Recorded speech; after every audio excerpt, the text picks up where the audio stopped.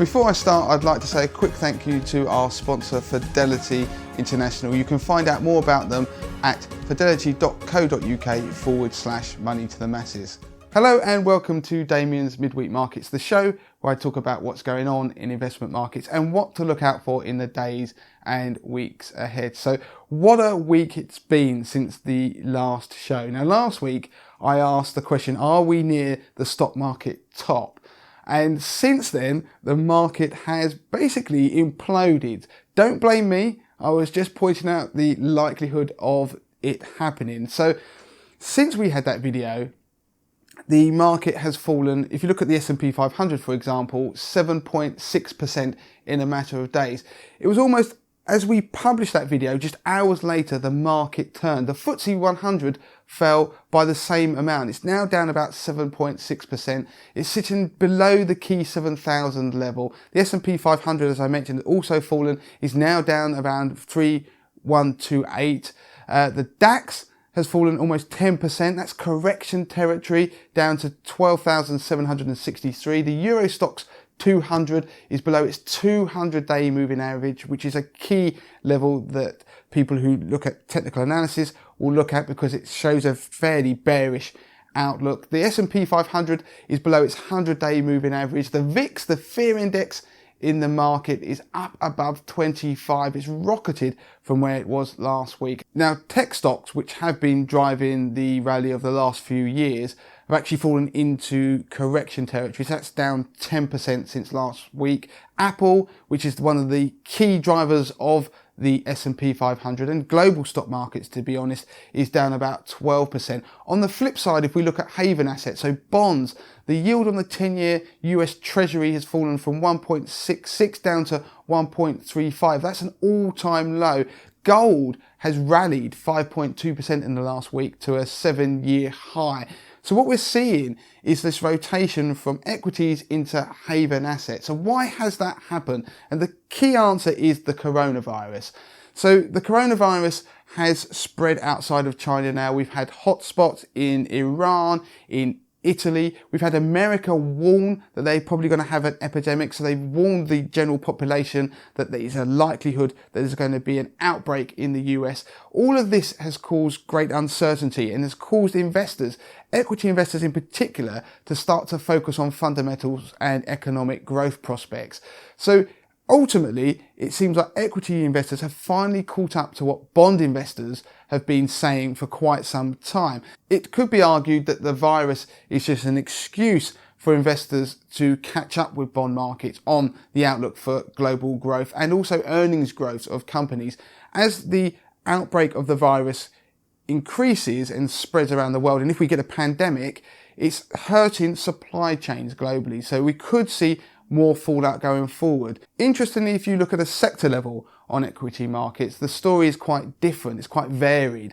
So defensive sectors have held up relatively well. So that means utilities and real estate investment trusts, REITs, have been holding up relatively well compared to other sectors which are more exposed to the economy. So cyclical sectors, so financials, for example, have underperformed. Now, if you've been listening to these videos, you will know my 50k portfolio has been exposed to those defensive sectors. And that has largely been not just because of the virus, it's been due to the momentum that's been building up in those sectors, as there's been increasing concern about the outlook for the global economy. The virus is almost an excuse for the rest of the equity market to catch up with what the bond market has been saying and what gold has been telling us. So should we be panicking right now? Well, the message should be that diversifying your portfolio is important. So if you're worried about what's been going on in equity markets, then it's a sign you've been taking too much risk, more risk than you are actually comfortable with. So the answer is to diversify more. So that means holding assets that behave differently, which are bonds and equities and things like gold. But the big question on everybody's lips is, when will this sell-off end that we've had? Now, as I make this video, markets are trying to break back up again because they've fallen quite hard and quite quickly, as I say, breaking key levels. If we take the S&P 500, for example, we want to be breaking back above 3141 to show some sort of signs of an upward trend resuming. And really 3,300 is a key level in the S&P 500. If we get back above that, then we break back above the uptrend that started back in October when the Fed started loosening its liquidity levels and started to push the markets higher with its not QE4. So we want to see the market pick up. On the downside, we want to keep an eye on the 200-day moving average on the S&P 500 and the 3,100 level. Around that area, if we break down below that, that will be a negative sign for the market generally, and I mean not just the US market, but global market. So we've got a real fight on our hands at the moment when we look at equity markets. Now, I want to finish this episode on a positive note because I could just focus on the negatives. I could sit there and reel off a whole load of numbers about the size of the sell-off in different markets, and it could be quite depressing. But if you had a fairly balanced portfolio, say 60% in equities, 40% in something like bonds, then what you've seen in the last week is you would have seen your portfolio fall in value, but only wiping out all the year-to-date gains that you've had.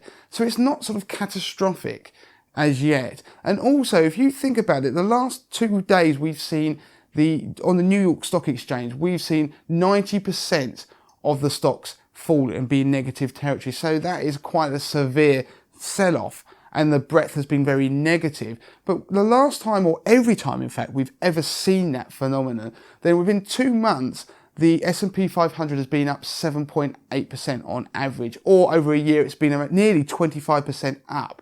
So you often get a rebound from times like this. It doesn't mean that history will repeat exactly, but it often rhymes. So in the coming days and weeks ahead, what you want to be doing is keeping an eye on the breadth of the market, especially when we start getting an uptrend, and when that resumes at some point. Is it being carried by just a few stocks, or the sell-off, is it accelerating? Is the breadth of the sell-off widening? Are more stocks falling through their 100-day moving averages, their 200-day moving averages? And the other thing to keep an eye on are the headlines around the coronavirus. You don't want to react to them, but obviously at some point we hopefully will get some positive news, and especially the economic numbers that are coming out. That will make a massive impact on what the market thinks is going to happen to the US and the global economy. And of course, the market is already starting to price in the Fed loosening policy, so start cutting interest rates at a quicker rate than had previously been planned, because global banks will have to step in if it looks like we're going to enter a global recession. And if they do, then history suggests that should be positive for the stock market, but we'll have to wait and see. Now, that is it for this week on Damien's Midweek Markets. As ever, you can contact me. Damien at moneytothemasses.com is the email address. Money to the Masses with a number 2 is the Twitter. You can find us on Instagram, and you can find us on Facebook. Don't forget to join our Facebook community where you can ask questions on anything, not just investing. And of course, subscribe to our YouTube channel.